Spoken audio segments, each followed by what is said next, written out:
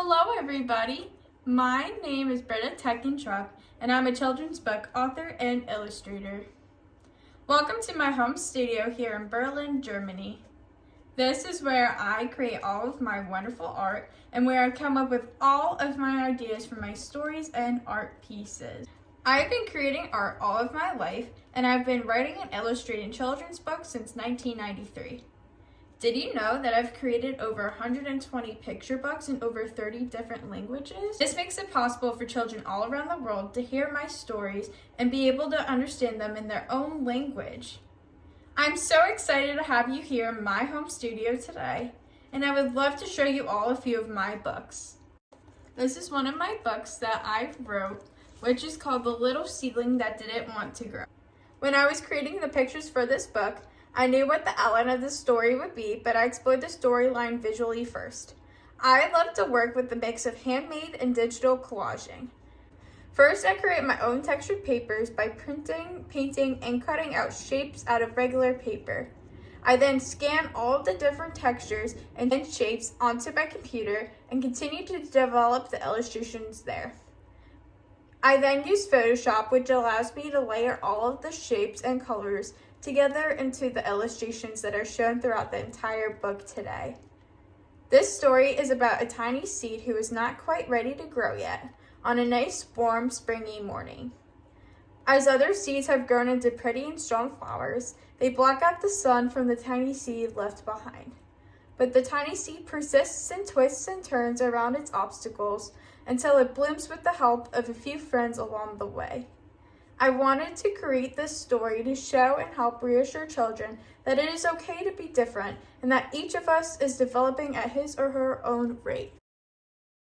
Another book that I created is called Under the Same Sky, which was published on June 7th, 2017. For this book, I came up with the title of the book first, then the poem featured throughout the book, and completed the book with illustrating pictures. This was one of the few times that the text came to me first instead of illustrating pictures first, and then coming up with the words to the story around the pictures, as my images are what inspire me to write my books. That's how I wrote The Seedling That Didn't Want to Grow. I created my pictures first, then the words. But this story, I created the words first, then the pictures. For this book, I decided to make it into a peek-through book. To create this type of book, I had to find a way of using a die-cut machine to unify the illustrations to go along with the poem perfectly.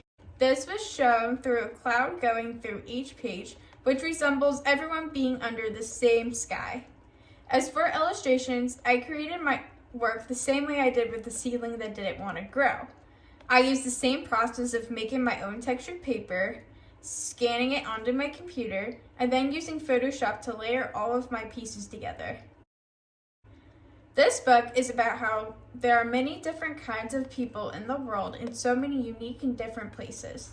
Although we are in separate places, we all share the same emotions, hopes, and dreams, and even engage with one another. I wanted my readers to realize that no matter where in the world we are all under the same sky. As you can see, both of the books I have shown you today, most of my illustrations all have a textured type of pattern to them. This is the art style I enjoy doing the most for my projects, as I love the idea of having it featured within my stories. I've always enjoyed and been intrigued by collaging, and I also get a lot of my inspiration from many types of textures, colors, shapes, and forms. I do not usually draw or paint my illustrations by hand, but instead I use a mix of printed textured papers, which I can scan onto my computer and to create my work digitally. One thing that I want others to remember about me is how happy I am being a children's book writer.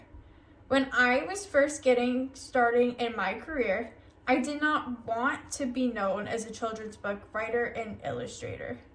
When my books came out in 1992, I wanted to focus on more fine art and be known as a fine artist rather than writing and illustrating children's books. Luckily, many people convinced me that I was indeed a children's book illustrator, and I've never been happier with that decision.